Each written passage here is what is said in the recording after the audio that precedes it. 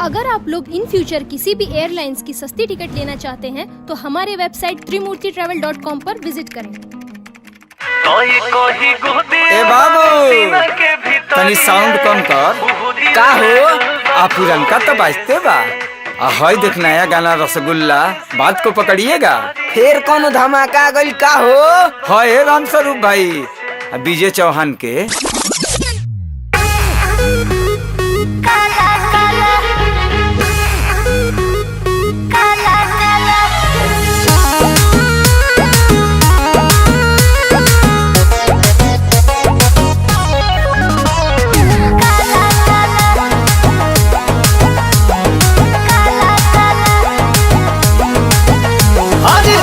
साल बाद तू तो नई हो रे आइलू हो, बड़ू चिकनाई पवन के पसोल खोइलू हो।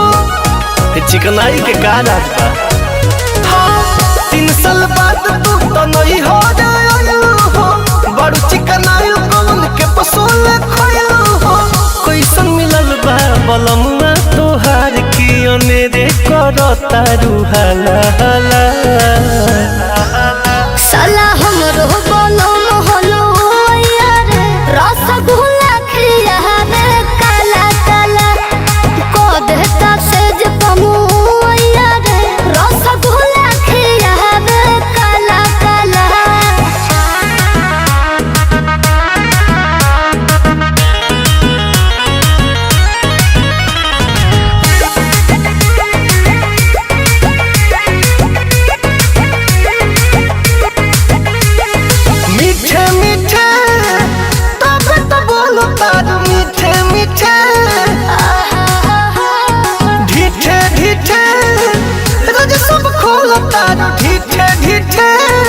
सब झलकता ओ सही लगे ही ना गुलाब जोस खेलबा रस रस रस गुलाब जामुन के मिललबा।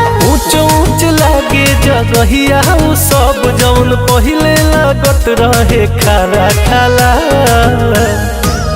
साला हमरो बोलो मोहलो यार रसगुल्ला खिया में काला काला रहे ना मन में तीत यार रसगुल्ला खिया में काला काला।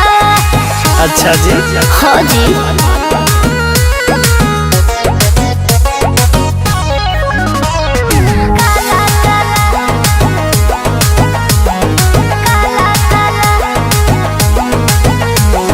राजे होई तब तो तहार बड़ी राजे होई।